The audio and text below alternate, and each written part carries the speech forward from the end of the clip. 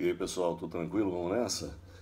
Vamos continuar falando do nosso controle de constitucionalidade e hoje nós falamos especificamente do controle concentrado de constitucionalidade. Nós já falamos do controle difuso, que é aquele que se aplica ao caso concreto, com efeitos entre as partes, etc.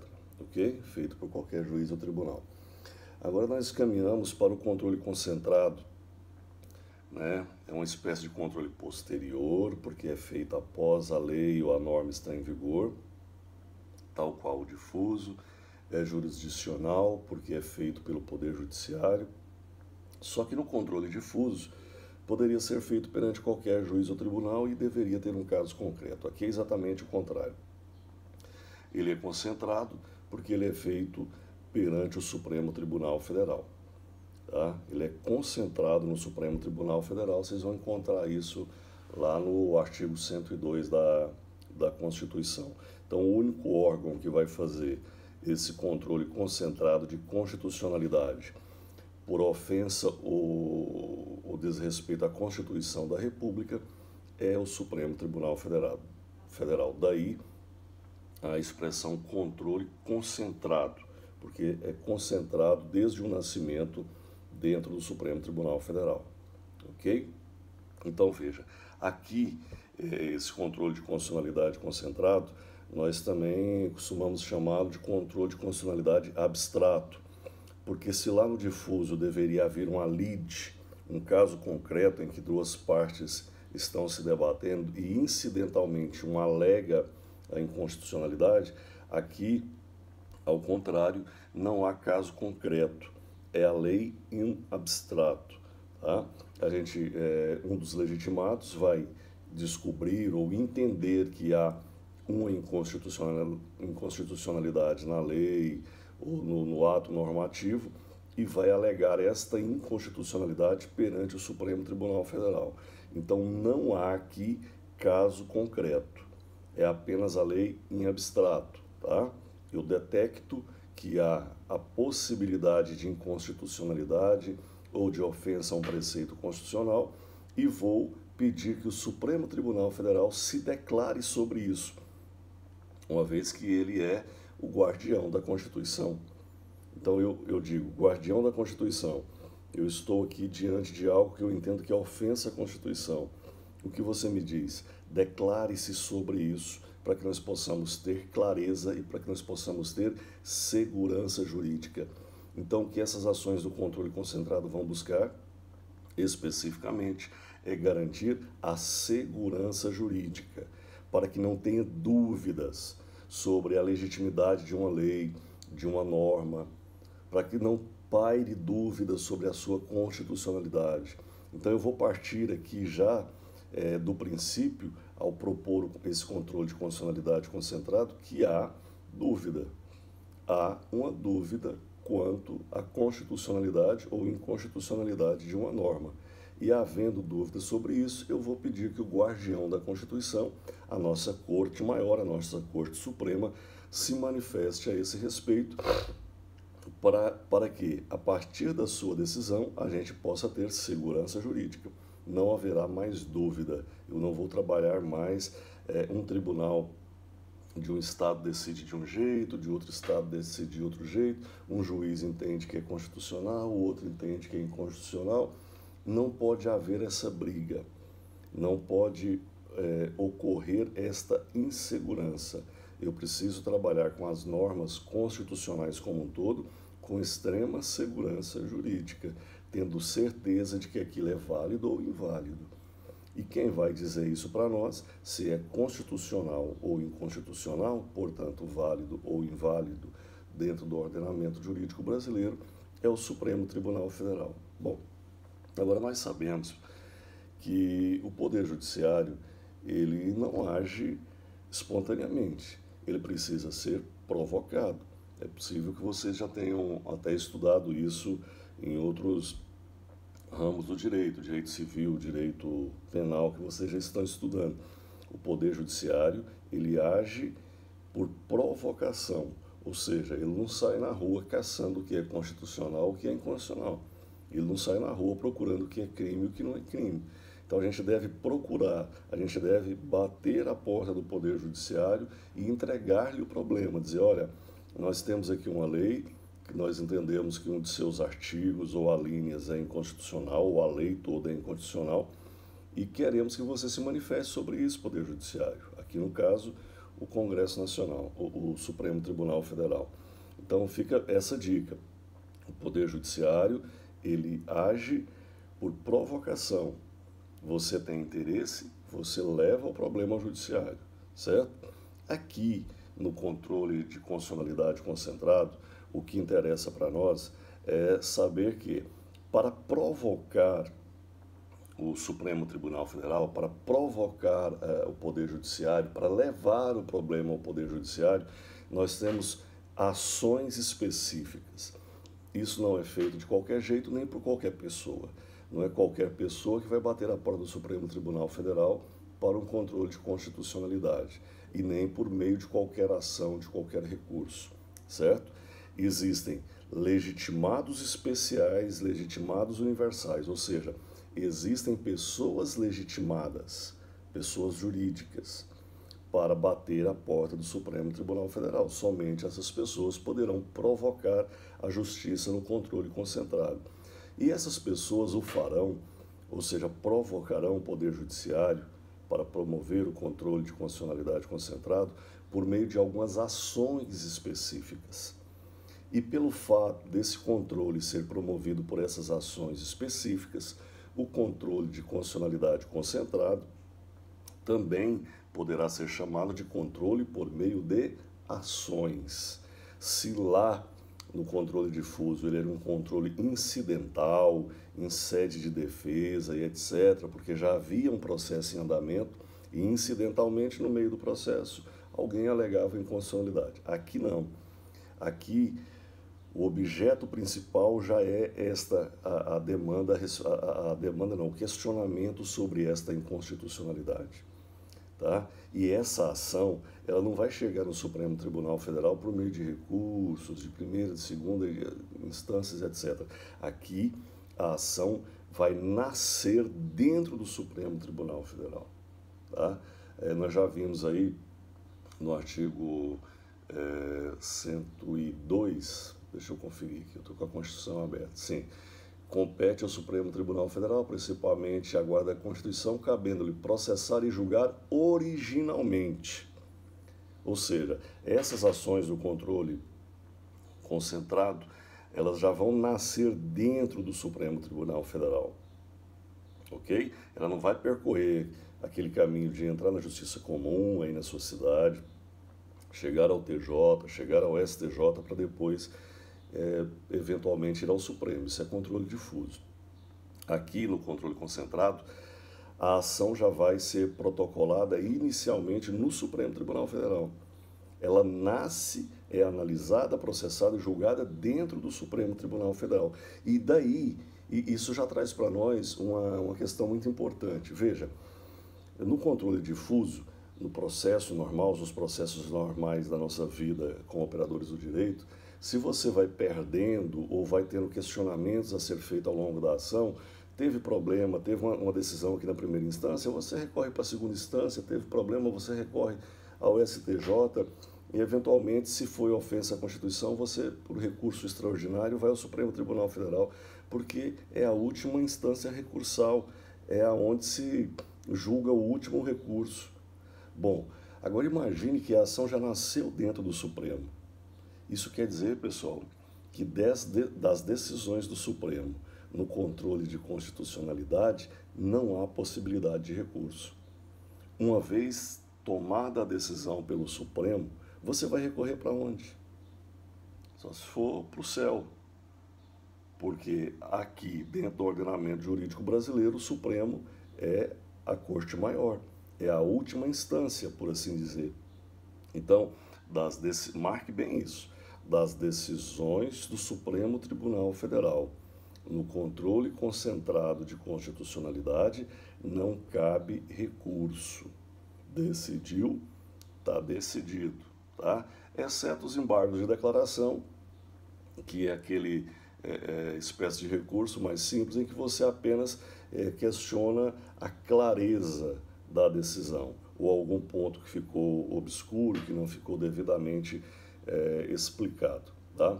Apenas os embargos de declaração. No mais, não cabe, a regra não cabe recurso das decisões do Supremo Tribunal Federal em sede de controle concentrado de constitucionalidade, ok? Tá. Então vamos ao que interessa. O que interessa é que nós temos 3 ações específicas por meio das quais nós podemos exercer o controle de constitucionalidade concentrado. É por meio dessas 3 ações que aqueles legitimados a propor o controle de constitucionalidade concentrado exercerão esse poder. Tá? Não é de qualquer jeito, de qualquer forma. A Constituição traz formas específicas e as leis que regulamentam isso também. Então, para tratarmos dessas ações, é preciso, primeiro, a gente ter à mão a Constituição, né? O artigo 101, 102, 103, e também é preciso que vocês tenham à mão, que façam, até baixe isso no seu computador ou faça a impressão, porque você vai precisar disso, das leis ordinárias que regulam a ADPF, a ADI e a ADC, que são as nossas ações.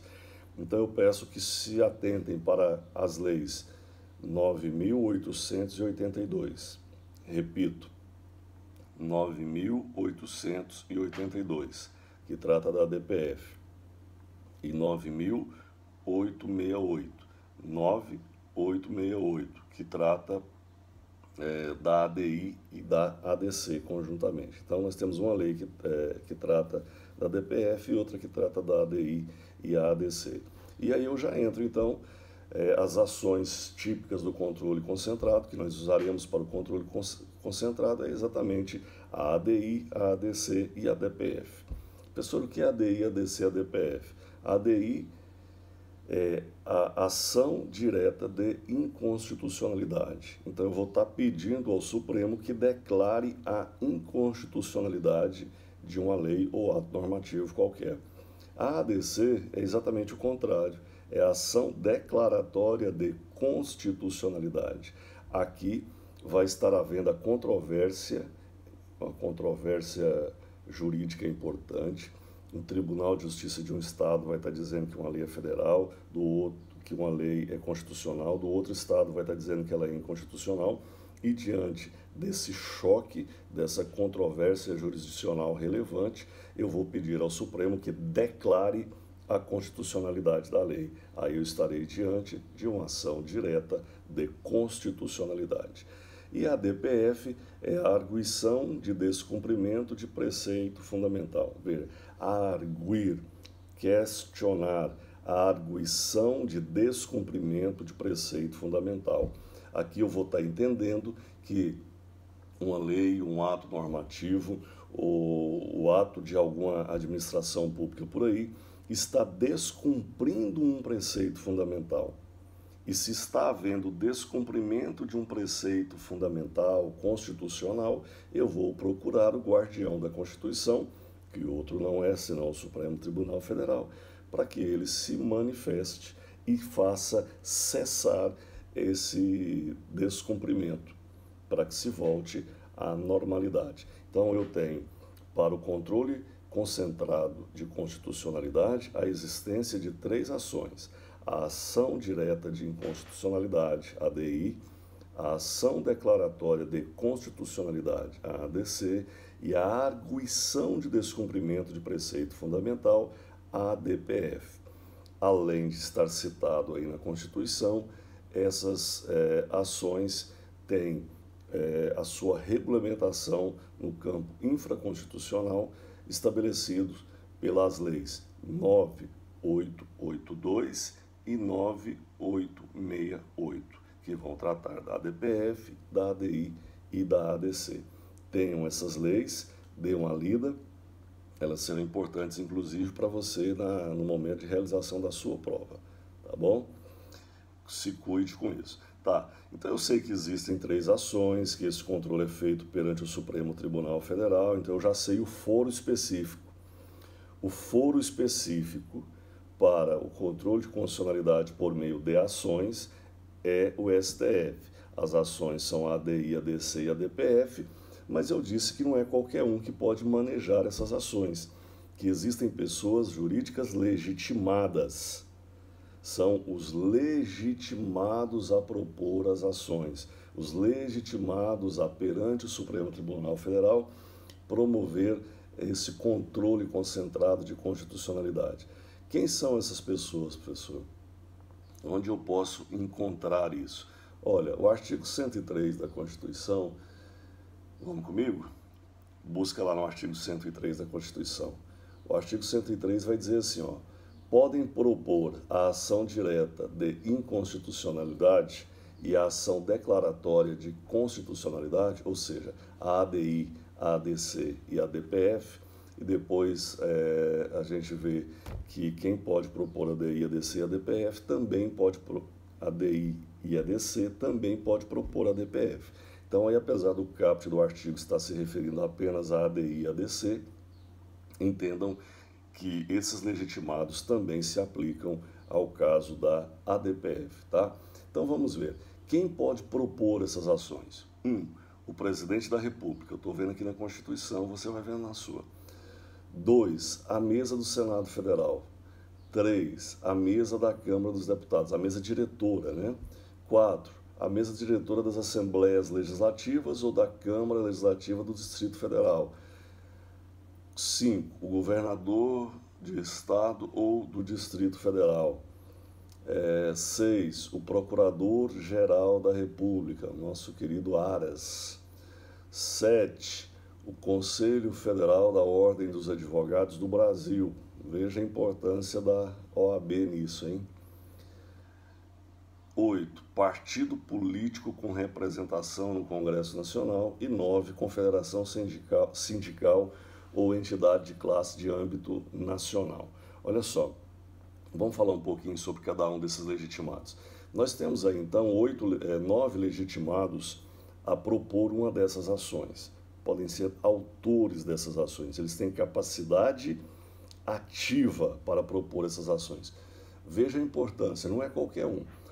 O presidente da República, por toda a sua representatividade política, a mesa diretora dos poderes, olha, a mesa diretora dos poderes, a mesa diretora das casas legislativas, a mesa diretora do Senado, porque representa todo o Senado da República, né, a Casa dos Estados, a mesa diretora da Câmara dos Deputados, a Casa do Povo, a mesa diretora das Assembleias Legislativas e da Câmara Legislativa do Distrito Federal. Nós sabemos que cada estado da federação tem o seu próprio poder legislativo, representado pelas Assembleias Legislativas e, no caso do DF, pela Câmara Distrital, a mesa diretora do Poder Legislativo Estadual, então, poderá propor alguma dessas ações, representando o Poder Legislativo de cada estado. O governador do estado ou do Distrito Federal, nós sabemos que dentro da Federação Brasileira os estados têm autonomia administrativa, por isso os governadores aqui têm esse poder, né, de estar perante o Supremo Tribunal Federal. O Procurador-Geral da República, porque é típico da própria função, depois vocês vão ler na Constituição aí, órgãos auxiliares da Justiça e do Poder Judiciário, e vão encontrar a presença do PGR. 7. O Conselho Federal da Ordem dos Advogados do Brasil. Veja, cuidado para não confundir isso em prova, não é a seccional da OAB, a OAB de Goiás, a OAB do Mato Grosso, a OAB de São Paulo. É o Conselho Federal da OAB, é a reunião de todas essas seccionais, de todas essas regionais, num Conselho Federal. Então, é o único órgão de classe, pessoal, que tem essa citação expressa na Constituição, é a OAB. Né? Daí a importância dos advogados nesse controle de constitucionalidade brasileira. E os partidos políticos com representação no Congresso Nacional? O que é isso? Marque bem isso. Partido político pode exercer o controle de constitucionalidade? Sim, mas não é qualquer partido político. É um partido político que tem a representação no Congresso Nacional. O que é isso? esse partido político, ele precisa ter pelo menos ou um deputado federal ou um senador. Ele precisa ter representação no Congresso. Existem, professor, muitos partidos que não têm nenhum deputado federal, nem um senador. Então é preciso ter cuidado com isso. Esse partido ele não tem representatividade no Congresso. Então, o partido político, para fazer o controle concentrado de constitucionalidade, ele precisa ter representação no Congresso Nacional. Ele tem que ter pelo menos um deputado ou um senador, ok? Em que momento que é feita essa verificação? No momento em que ele propõe a ação. Imagina que o PMDB, um dos partidos mais antigos aí, queira propor uma ADI. Ele vai fazer a petição e vai protocolar no Supremo Tribunal Federal. Na hora de averiguar as condições da ação, logo de início, o relator ou o Congresso Nacional, por assim dizer, o Supremo Tribunal, por assim dizer, vai fazer a averiguação das condições da ação e vai entender que, olha, estamos tratando de um partido político. Quem está propondo essa ação é um partido político. Vamos verificar se esse partido político tem representação no Congresso Nacional. Senão, a ação morre por aqui. Então, é feita essa verificação e, havendo, a exemplo do PMDB, vai ser detectado que há não só um, mas vários deputados federais, vários senadores da República, a ação continuará. Imagine que fosse um partido de menor expressão, que ao verificar junto à Câmara e ao Senado detectasse-se que ele não possui nenhum senador, nenhum deputado federal, ele não teria condição de propor a ação. O momento de verificação é o momento da proposição da ação. Ao propor a ação, o Congresso verifica se aquele partido tem ou não tem a representação, tá bom? Agora veja, imagine que um partido político que tem apenas um deputado federal, não tem senador, não tem mais ninguém, ele só tem um deputado federal. Existem alguns assim. No momento de propor a ação, esse partido tinha um deputado federal, mas durante o correr, o processar, o caminhar da ação dentro do Supremo Tribunal Federal, esse deputado morreu ou trocou de partido. O que acontece? Esse partido perdeu a representatividade que ele tinha. Ele não tem mais representação no Congresso Nacional. Então o que vai acontecer? A ação vai morrer? Não. As condições da ação é verificada no momento da sua propositura. Se no momento da propositura da ação o partido tinha um representante no Congresso Nacional, essa ação não vai parar porque ele perdeu essa representação. A representação é apenas para o momento da propositura da ação. Uma vez proposta a ação perante o Supremo Tribunal Federal, pessoal, vai acontecer duas coisas. O Supremo se torna dono dessa ação. Não cabe desistência nessas ações. Você propôs a ação, agora ela ganha vida própria dentro do Supremo. O Supremo vai abraçar esta ação para si. Não cabe desistência da ação, ok? Outra coisa que é importante marcar também dessas ações no âmbito do Supremo Tribunal Federal é o que a gente chama de ampla cognição ou ampla capacidade de conhecimento. O que ocorre? Às vezes você, como legitimado, ser governador de estado, presidente da República, etc., vai propor uma ação dessa ao Supremo falando que um artigo da lei é inconstitucional ou que uma linha da lei é inconstitucional. O seu objeto ali é aquele ponto específico.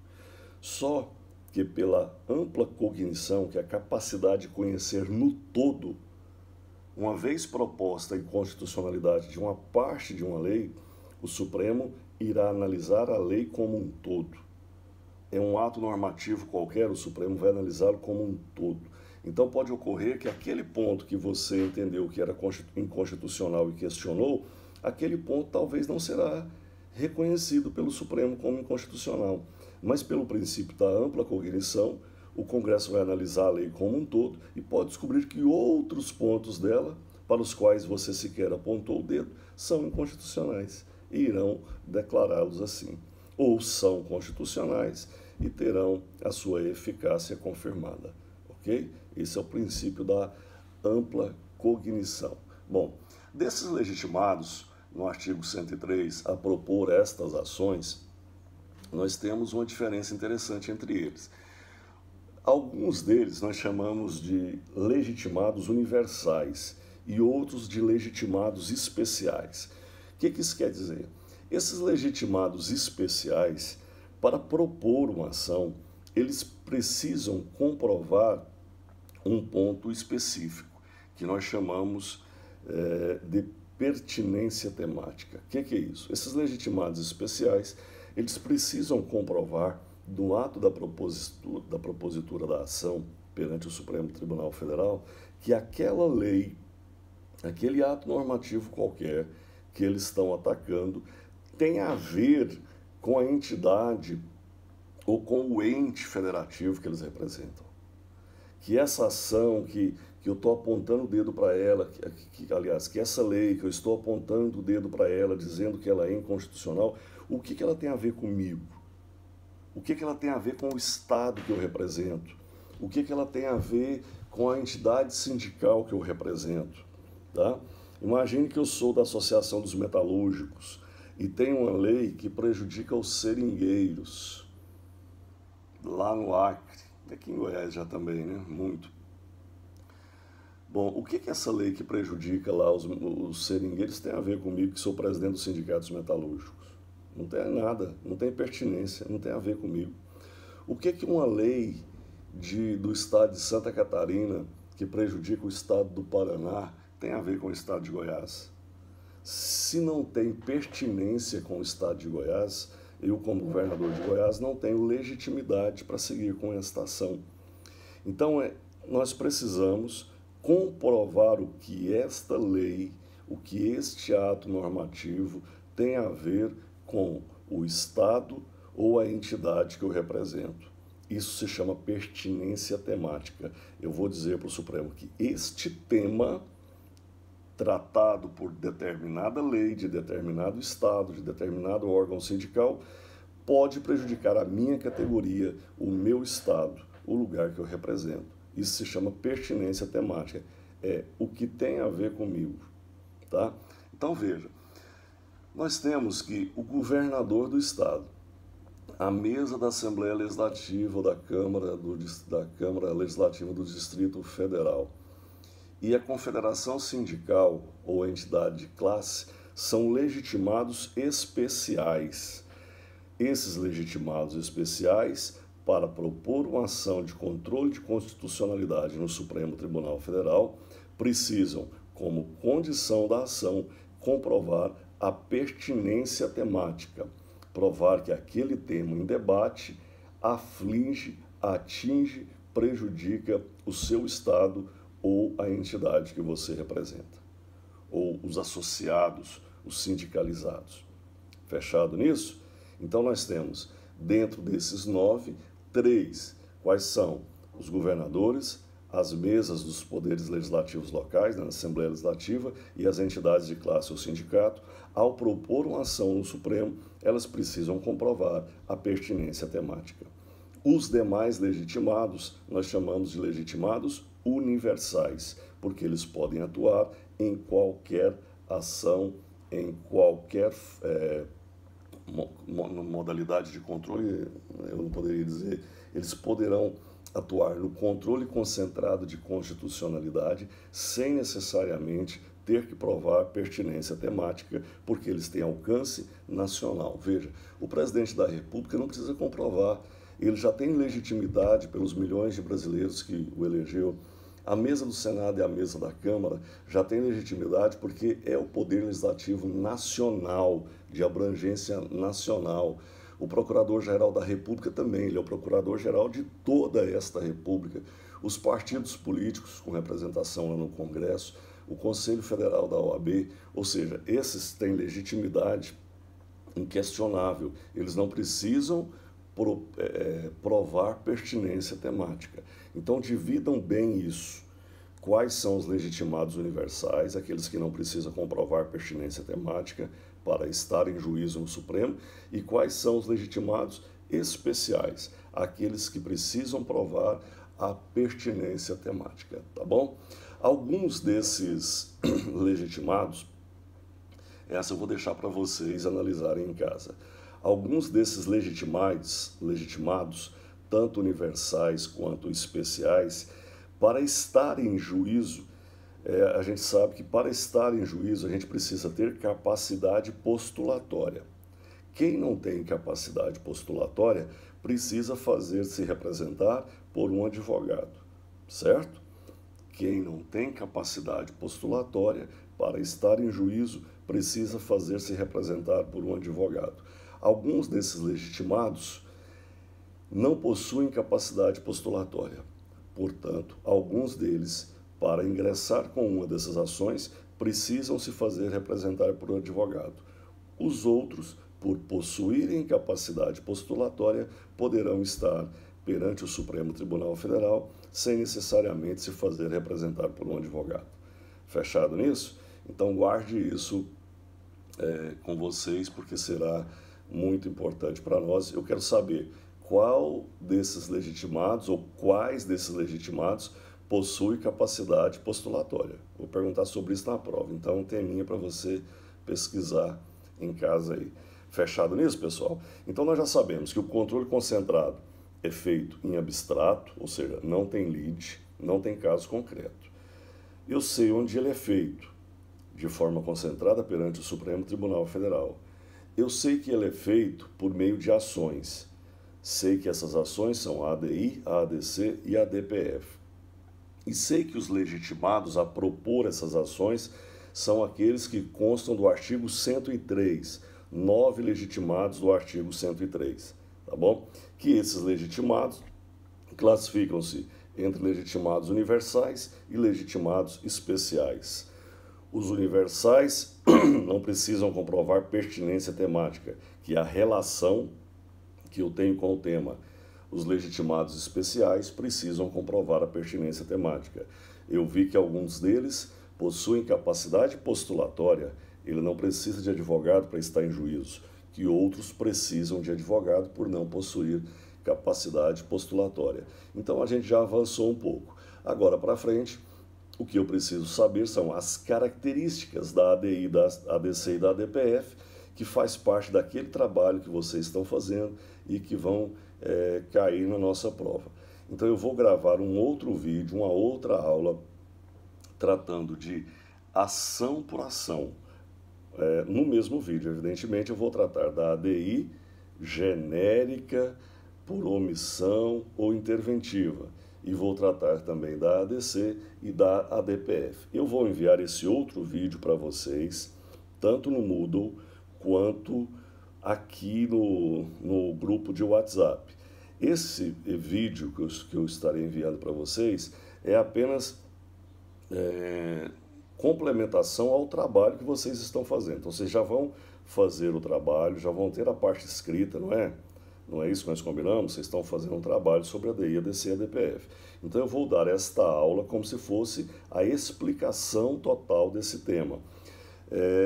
Eu acredito que daqui para a prova, pelo meu calendário aqui, nós não teremos mais tempo para essa aula, ou se tiver, será só mais um. Então este tema eu vou gravar como se fosse uma aula especial, uma aula específica, tá bom?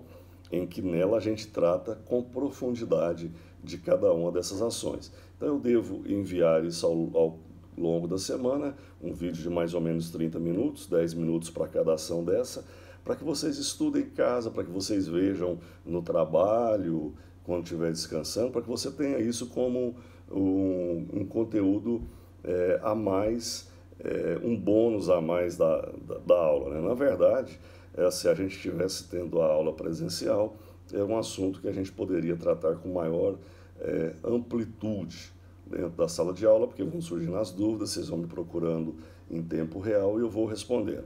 Para consertar isso, o que nós fazemos? Todas as dúvidas que você tiver aí a respeito do tema, você vai me mandar ou lá no Moodle ou no WhatsApp e eu vou estar respondendo para você. Precisa ser agora, professor, durante a aula? Não. Você pode me enviar as dúvidas ao longo da semana. Só surgiu uma dúvida aqui durante o estudo, me manda a qualquer hora e eu vou responder, tá bom? Eu vou estar disponível para isso aqui. Por hora, é isso que nós tínhamos para dizer aqui. Um abraço fraterno e até a próxima aula.